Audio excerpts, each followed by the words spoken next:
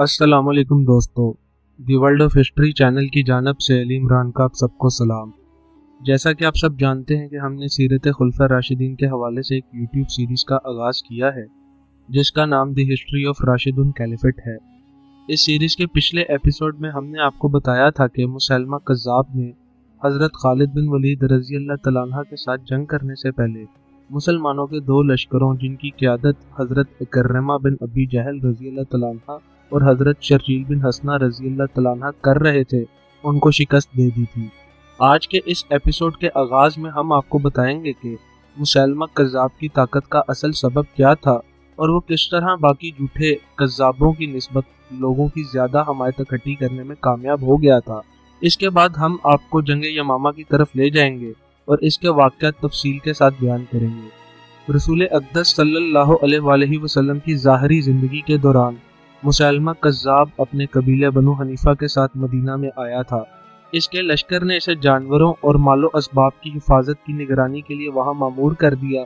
जब नबी करीम सल्लल्लाहु अलैहि वसल्लम ने बनु हनीफा के लोगों को तहाइफ दे दिए तो इन्होंने मुसैलमा कज़्ज़ाब का जिक्र करते हुए बताया कि हमारा एक साथी जानवरों की निगरानी कर रहा है, इसलिए आप हमें इसका भी हिस्सा अता कर दें। नबी करीम सल्लल्लाहु अलैहि वसल्लम ने मुसैलमा का हिस्सा देते हुए फरमाया, वो रुतबे में तुम्हारे बराबर है, ना कि तुमसे कमतर। इन अल्फाज का मतलब ये था कि वो कोई कमतर इंसान नहीं है जिसे तुम मालो असबाब की हिफाजत के लिए पीछे छोड़ आए हो, तुम्हें इसे साथ लेकर आना चाहिए था। मदीना के अंदर कोई किसी का माल चोरी नहीं करता। इस बात को मुसैलमा ने अपना मतलब पहनाते हुए ये कहना शुरू कर दिया कि मुझे भी रुतबे में नबी करीम सल्लल्लाहु अलैहि वसल्लम के बराबर किया गया है और मैं इनकी नबूवत में बराबर का हिस्सेदार हूँ। इसकी इस शोबदाबाजी और चरब जुबानी की वजह से कुछ ही लोगों ने इसकी बातों पर यकीन किया और फिर 2 साल के अरसे के दौरान हजारों लोग इसके इर्द गिर्द जमा हो गए। अब ये हजारों लोग इसके इर्द गिर्द कैसे जमा हुए, ये असल सवाल है। यहाँ से कहानी शुरू होती है नहार अल रजाल की। इस शख्स का पूरा नाम नहार अल रजाल बिन गौफा था। इसका ताल्लुक भी बनी हनीफा के साथ था।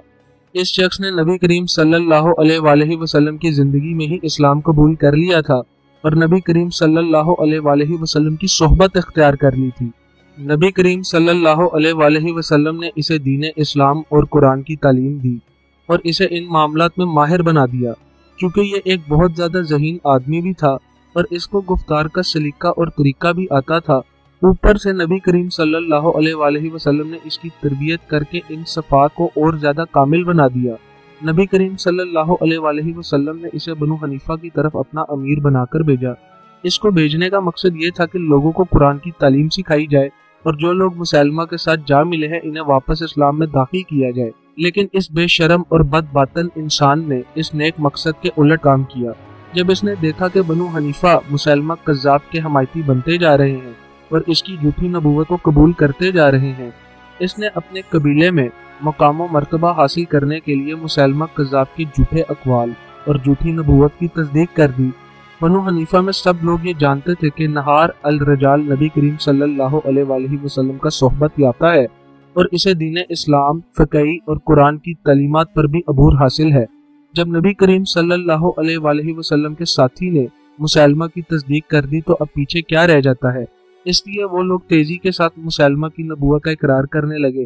तारीख में बताया जाता है कि जब इस शख्स ने मुसैलमा की नबूवत की तस्दीक की उस वक्त मुसैलमा के साथियों की तादाद 2 से 3 हज़ार थी, जो इसकी तस्दीक के बाद बढ़कर 30 हज़ार से भी ज्यादा हो गई। मुसैलमा ने इस तावन के बदले नहार अल रजाल को अपना मुशीर खास बना दिया और फिर एक वक्त आया कि इसे अपना नायब मुकर्रर कर दिया और यहाँ तक कहना शुरू कर दिया कि मेरे बाद नबूवत नहार अल रजाल को मिलेगी, यानी कि इसे मुकम्मल तौर पर अपना जानशीन बना दिया। इसके बाद नहार अल रजाल को दुनिया भर की मालो दौलत और नेमतें मिल गईं और वो इन दुनियावी आसाइशों से अपनी आखिरत बेचकर लुत्फ अंदोज होने लगा। इस वाक़े से आप अंदाजा कर सकते हैं कि जब उलमाए दीन दुनिया के ऊपर मर मिटे और दुनियावी अगराज को पूरा करने के लिए हराम कामों को भी अपने ऊपर जायज कर ले तो इसका खमियाजा पूरे माशरे को भुगतना पड़ता है। ना मुसैलमा ने कोई मौजज़ात दिखाए, ना वो जादूगर था, बस इस एक शख्स की गवाही ने इसे जमीन से उठाकर बनु हनीफा का झूठा नबी बना दिया। एक तो ये बहुत अहम वाक़या था जिसकी वजह से मुसैलमा की अता करने वालों में इजाफा होता चला गया। दूसरा सबब कबायली मुहासमतें थी, कौमियत के नारे थे ان باتوں نے عقل مندوں اور دانشوروں کی عقلوں پر ایسے پردے ڈالے کہ وہ حق اور جھوٹ میں فیصلہ کرنے کی قوت ہی کھو بیٹھے۔ مثال کے طور پر طلحہ نمری نامی ایک شخص مسیلمہ کے قبیلے بنو حنیفہ میں آیا، لوگوں سے پوچھنے لگا کہ مسیلمہ کہاں ہے۔ لوگوں نے آگے سے غصے میں جواب دیا، تو ہمارے نبی کو اس قدر بے ادبی کے ساتھ کیسے بلا سکتا ہے، ہم تیری گردن اڑا دیں گے۔ اس پر طلحہ نے کہا، جب تک مسیلمہ سے خود نہیں مل لیتا کیسے اس کی نبوت کا اقرار کروں، اس لیے مجھے اس کے پاس لے چلو۔ جب وہ مسیلمہ کے پاس پہنچا تو اس نے اس سے یہ سوال کیا کہ کیا تمہارے پاس وحی آتی ہے؟ مسیلمہ نے کہا ہاں۔ یہ وحی کون لاتا ہے؟ مسیلمہ نے کہا رحمان۔ پھر اس نے پوچھا یہ وحی دن کے کس وقت آتی ہے؟ مسیلمہ نے آگے سے جواب دیا یہ رات کے وقت آتی ہے۔ اس پر طلحہ نے اونچی آواز میں گواہی دیتے ہوئے کہا، خدا کی قسم تو کذاب ہے، اور میں گواہی دیتا ہوں کہ محمد صلی اللہ علیہ وسلم ہی سچے رسول ہیں، لیکن ہمیں اپنا کذاب دوسرے قبیلے کے سچے نبی سے زیادہ پیارا ہے۔ اس کے بعد اس نے مسیلمہ کی اطاعت قبول کر لی اور جنگ یمامہ کے دوران مارا گیا۔ دوستو، یہ تھے وہ اسباب جن کی وجہ سے مسیلمہ کذاب کی اطاعت میں اس قدر اضافہ ہوا۔ اب ہم چلتے ہیں حضرت خالد بن ولید رضی اللہ تعالیٰ عنہ کے لشکر اسلامی کی جانب۔ مسیلمہ کے لشکر کی تعداد روایات کے مطابق 40,000 اور کچھ روایات کے مطابق 70 سے 80,000 تھی۔ مورخین 40,000 کی تعداد کو درست قرار دیتے ہیں، جبکہ لشکر اسلامی کی تعداد 12,000 تھی، جس میں انصار اور مہاجرین کے علاوہ دیگر جنگجو قبائل کے بھی لوگ شامل تھے۔ عرب کی تاریخ میں اس طرح کی خون ریز اور بڑی تعداد کی جنگیں بہت کم ہوئی تھیں۔ جنگ یمامہ بہت سے لوگوں کی نظروں میں اہمیت اختیار کر چکی تھی۔ ایک طرف تو یہ مسلمانوں کے لیے ڈو اینڈ ڈائی کی سچویشن بن چکی تھی، اور دوسری طرف مسیلمہ کذاب کو پتا تھا کہ اگر اس نے حضرت خالد بن ولید رضی اللہ تعالیٰ عنہ کو شکست دے دی تو مدینہ پر اس کا تسلط ہر صورت قائم ہو جائے گا۔ اس جنگ پر جس تیسرے فریق کی سب سے گہری نظر تھی وہ تھے رومی۔ رومیوں کو پتا تھا کہ مسلمان جلد یا بدیر شام پر حملہ کریں گے۔ رومی کسرا ہرکل اس جنگ پر گہری نظریں گاڑے ہوئے تھا، اور پس پردہ مسیلمہ کو جنگی قوت بھی فراہم کر رہا تھا۔ اس کے علاوہ مسلمانوں سے سب سے زیادہ خطرہ سلطنت فارس کو تھا۔ یمن کا علاقہ پہلے ہی فارس کے تسلط سے نکل چکا تھا، اور فارس میں اقتدار کے لیے شاخی خاندان میں قتل و غارت بھی جاری تھی۔ ایسی صورتحال میں ایران بہت زیادہ کمزور ہو چکا تھا، اور اگر مسلمان اس جنگ میں شکست کھا جاتے تو سلطنت فارس کے لیے یہ ایک نئی زندگی کی کرن ہوتی۔ اس کے علاوہ عرب کے دیگر قبائل جن میں ابھی بھی مرتدین موجود تھے، لیکن ان میں اتنی قوت نہ بچی تھی کہ وہ لشکر اسلامی کا مقابلہ کر سکتے، وہ بھی اس جنگ پر نظریں گاڑے بیٹھے تھے۔ اب مقابلہ تھا اللہ تعالیٰ کی تلوار حضرت خالد بن ولید رضی اللہ تعالیٰ عنہ کے درمیان اور بنو حنیفہ کے جھوٹے کذاب مسیلمہ بن حبیب کے درمیان۔ دونوں لشکر اپنی اپنی فتح یابی کے لیے بہت زیادہ پر امید تھے۔ مسلمان اس جنگ میں اس جذبے سے اتر رہے تھے کہ اگر مار دیے گئے تو جنت میں جائیں گے اور جیت گئے تو غازی کہلائیں گے۔ دونوں صورتوں میں فتح ان کی ہے، جبکہ بنو حنیفہ کے جوش و جذبے کی وجہ یہ تھی کہ اگر جیت گئے تو پورے عرب پر اپنا تسلط قائم کر لیں گے۔ مسیلمہ کے بیٹے نے جنگ کے شروع ہونے سے پہلے اپنے لشکر کے سامنے ایک تقریر کی، اے بنو حنیفہ، آج تمہارے لیے زندگی اور موت کا دن ہے، یہ تمہاری غیرت کا امتحان ہے۔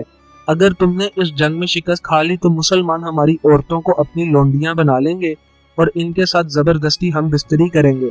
اس لیے تمہیں نہ صرف اپنے نبی کی خاطر لڑنا ہے بلکہ اپنے حسب و نسب کی خاطر بھی مسلمانوں کو ہر صورت اس جنگ میں شکست دینی ہے۔ لیکن دوسری جانب صورتحال ایسی نہیں تھی۔ لشکر اسلام میں مہاجرین و انصار اور دیگر قبائل کے درمیان ایک الگ ہی بحث چل رہی تھی۔ مہاجرین اور انصار کہتے تھے، اے بدوؤ، ہم نے تمہیں شکست دے کر اپنے ساتھ شامل کیا ہے، تم ہم سے بہتر نہیں لڑ سکتے۔ اس کے مقابلے میں بدو قبائل کہتے تھے، مکہ اور مدینہ والوں کو کیا پتہ جنگ کسے کہتے ہیں، یہ لوگ ہرگز جنگجو نہیں اور نہ ہی اچھی جنگ لڑ سکتے ہیں۔ اس فخر و مباحثت پر مبنی فضول بحث کی وجہ سے جب جنگ کا آغاز ہوا تو لشکر اسلامی ثابت قدم نہ رہ سکا، بلکہ بنو حنیفہ کے کافروں نے مسلمانوں کو پیچھے دھکیل دیا۔ نوبت یہاں تک آ گئی کہ دشمن فوج حضرت خالد بن ولید رضی اللہ تعالیٰ عنہ کے خیمے تک پہنچ گئی۔ وہاں پر مجاعہ قید تھا جس کی نگرانی حضرت خالد بن ولید رضی اللہ تعالیٰ عنہ کی بیوی ام لیلہ کر رہی تھی۔ ایک آدمی نے ان کو قتل کرنے کے لیے تلوار اٹھائی تو مجاعہ نے چیخ کر کہا، اس سے بہتر ہے کہ تم مجھے مار دو، تمہیں شرم کرنی چاہیے کہ تم ایک جنگجو قبیلے سے ہوتے ہوئے عورت پر تلوار اٹھا رہے ہو، تمہیں لڑنے کا شوق ہے تو جا کے مردوں سے لڑو، اس عورت کو میں امان دیتا ہوں۔ اس بات پر بنو حنیفہ کے سپاہی غصے میں آ گئے اور انہوں نے مجاعہ کو ذات کیے بغیر ہی خیمے کو آگ لگا دی اور وہاں سے چلے گئے۔ लैला ने किसी न किसी तरह अपनी जान और मजा की जान को बचा लिया। ये बात हकीकत है कि शुरू में मुसलमानों को पसपाई इख्तियार करनी पड़ी, लेकिन इस पसपाई के दौरान भी जो मुसलमान ईमान और खुदा की नुसरत के लिए लड़ रहे थे, इन्होंने बनु हनीफा के काफी ज्यादा लोगों को कत्ल कर दिया था। इन कत्ल होने वालों में नहार अल रजाल भी शामिल था, जिसे हजरत उमर बिन खत्ताब रजी अल्लाह तआला अन्हा के भाई जैद बिन खत्ताब रजी अल्लाह तआला अन्हा ने कत्ल किया। नहार अल रजाल का कत्ल फितना यमामा के सबसे बड़े सरगना का कत्ल था और वो जहन्नुम वासिल हुआ। जब मुसलमान पसपाई अख्तियार कर रहे थे तो इस वक्त हजरत खालिद बिन वलीद रजी अल्लाह तआला अन्हा अपनी शहादत को दुश्मन के कैंप में तलाश कर रहे थे। मतलब ये कि लश्कर इस्लामी अभी पीछे था, जो कि हजरत खालिद बिन वलीद रजी अल्लाह तआला अन्हा दुश्मन के लश्कर के बीच तक पहुंचकर अपनी तलवार के जौहर दिखाते हुए काफिरों को कत्ल पर कत्ल किए जा रहे थे। इसके बावजूद हजरत खालिद रजी अल्लाह तआला अन्हा ये बात समझ गए कि मुसलमान फख्र और मुबाहत की वजह से पसपाई इख्तियार कर रहे हैं, इसलिए इन्होंने एक हिकमत अमली जहन में बनाते हुए अपने लश्कर को पुकार पुकार कर कहना शुरू कर दिया, ऐ अल्लाह के मुजाहिदों, तुम अलहदा अलहदा होकर लड़ो, ताकि देखा जाए कि तुम में से कौन सा कबीला कितना ताकतवर है और दुश्मन को कितना नुकसान पहुंचाता है। बातों से कुछ नहीं होगा, लड़के दिखाओ, नहीं तो मुंह छुपाकर अपने खैमों में चले जाओ। इस ऐलान का मतलब ये था कि तमाम मुजाहिदीन इस्लाम अपने अपने कबीले के अलम के नीचे लड़े। हजरत खालिद बिन वलीद रजी अल्लाह तआला अन्हा की इस हिकमत अमली ने लश्कर इस्लाम में एक नई रूह फूंक दी और हर कोई इंफरादियत की बुनियाद पर अपने कबीले की बरतरी साबित करने के लिए शिद्दत के साथ लड़ना शुरू हो गया। इसके बाद तमाम मुजाहिदीन अपने अपने कबीले के झंडे तले लड़ने लगे, लेकिन कुछ ही देर में मुजाहिदीन इस्लाम को इस बात का अंदाजा हो गया कि इन्होंने पसपाई सिर्फ इस वजह से अख्तियार की कि वो अल्लाह की खातिर नहीं बल्कि अपने अपने कबीले की इज्जत की खातिर लड़ रहे थे, और ये इंतहाई गैर मुनासिब था। इस पर हजरत साबित बिन कैस रजी अल्लाह तआला अन्हा अंसारी, जो कि दस्ता अंसार के अमीर थे, इन्होंने मुसलमानों को मुखातिब करते हुए फरमाया, ऐ मुसलमानों, तुमने बहुत ही बुरी मिसाल कायम की है। तुम यहाँ खुदा के लिए लड़ने आए हो कि अपने कबीले की शानो शौकत साबित करने के लिए। फिर आपने अहले यमामा की तरफ इशारा करते हुए फरमाया, ऐ अल्लाह, जिसकी ये इबादत करते हैं, मैं इससे अलहदगी का इजहार करता हूँ, और जो कुछ मेरे साथियों ने किया है इससे बेजारी का इजहार करता हूँ। इसके बाद वो अपनी तलवार सौंध कर दुश्मन के लश्कर में जा घुसे और चीख चीख कर ये कहते हुए काफिरों के कुश्तों के पुश्ते लगाते रहे कि मेरी तलवार का मजा चखो, मैं तुम्हें मुजाहिद इस्लाम की असल रूह से वाकिफ करूंगा। वो इस कदर बेजिगरी से लड़े कि हर तरफ लाशों के अंबार थे और इनके जिस्म का कोई हिस्सा बचा ही नहीं था जिस पर जख्म का निशान ना हो, और बिलाखिर वो जामे शहादत नोश कर गए। दूसरी तरफ अरब के एक मशहूर जंगजू हजरत बर्रा बिन मालिक रजी अल्लाह तआला अन्हा, जो मैदान जंग में पीठ दिखाना जानते ही नहीं थे, इन्होंने जब मुसलमानों को भागते हुए देखा तो कहा कि ऐ मुसलमानों, मैं बर्रा बिन मालिक हूँ, अपनी कुव्वत के साथ मेरी मदद करो। लिहाजा मुसलमानों का एक दस्ता इनसे जा मिला और वो इस कदर शिद्दत के साथ लड़े कि दुश्मन को लश्कर को पीछे धकेलने में कामयाब हो गए। अभी जंग चल ही रही थी कि सख्त आंधी का तूफान आया और रेत उड़ उड़ कर मुसलमानों के चेहरों पर पड़ने लगी। इस पर हजरत जैद बिन खत्ताब रजी अल्लाह तआला अन्हा ने फरमाया, खुदा की कसम, आज मैं तब तक लड़ता चला जाऊंगा जब तक मुझे शहादत नसीब ना हो जाए। यही मेरी शहादत गाह है। ऐ लोगों, आंधी की फिक्र ना करो और अपनी नजरें नीचे रखकर दुश्मन का मुकाबला करो। हजरत जैद बिन खत्ताब रजी अल्लाह तआला अन्हा इस बेजिगरी के साथ लड़े कि हजरत खालिद बिन वलीद भी इनकी तारीफ किए बगैर न रह सके। बिलाखिर हजरत जैद बिन खत्ताब रजी अल्लाह तआला अन्हा अपनी बात पूरी करते हुए जामे शहादत नोश कर गए। इस वक्त हजरत अबू हुज़ैफा रजी अल्लाह तआला अन्हा दुश्मनों के दरमियान गिरे हुए थे और बेजिगरी के साथ इनका मुकाबला करते हुए फरमा रहे थे, ए कुरान वालों, कुरान की हिफाजत करो। आज कुरान और अल्लाह की इज्जत का सवाल है। आज शहादत को अपना मुकद्दर बनाओ। वो भी इस जंग में शहीद हो गए। इनकी शहादत के बाद इनका अलम हजरत सालिम रजी अल्लाह तआला अन्हा ने उठाया, जो कि हजरत अबू हुज़ैफा के भाई थे। वो भी काफिरों के साथ बेजिगरी से लड़ते हुए शहीद हो गए। नबी करीम सल्लल्लाहु अलैहि वसल्लम ने इन दोनों भाइयों को देखकर फरमाया था कि तुम जहां भी जाओगे साथ ही जाओगे। शहीद होने से पहले हजरत सालिम रजी अल्लाह तआला अन्हा फरमा रहे थे कि अगर आज मैं शहीद ना हुआ तो बदतरीन मुसलमान हूँगा। इन मुजाहिदों को मौत से कोई खौफ ही नहीं था। बदकिस्मती से आज का मुसलमान मौत से डरता है। वो इसलिए मौत से डरता है कि इसके अमाल बदतर हैं। इन शहीदों को पता था कि अगर शहीद कर दिए गए तो आंख जन्नत में खुलेगी। आज के मुसलमानों को पता है अगर मारे गए तो आंख अज़ाबे कब्र की वजह से खुलेगी। बिलाखिर मुसलमान बनु हनीफा के लश्कर को मुकम्मल तौर पर पीछे धकेलने में कामयाब हो गए। हजरत खालिद बिन वलीद रजी अल्लाह तआला अन्हा को यह मालूम हो चुका था कि बिलाखिर फतह मुसलमानों की ही होगी, چونکہ مسلمان اب بنو حنیفہ پر برتری حاصل کرتے چلے جا رہے تھے، لیکن حضرت خالد بن ولید چاہتے تھے کہ یہ جنگ لمبی نہ ہو اور اس کا فیصلہ جلد از جلد ہو جائے، اور اس فتح کو حاصل کرنے کے لیے مسلمہ کو قتل کرنا بہت ضروری تھا۔ اگر مسلمہ قتل ہو جاتا تو فتح مسلمانوں کے قدم چوم لیتی۔ چنانچہ وہ اپنے دستے کو لے کر تیزی کے ساتھ مسلمہ کے خیمے کے سامنے جا پہنچے۔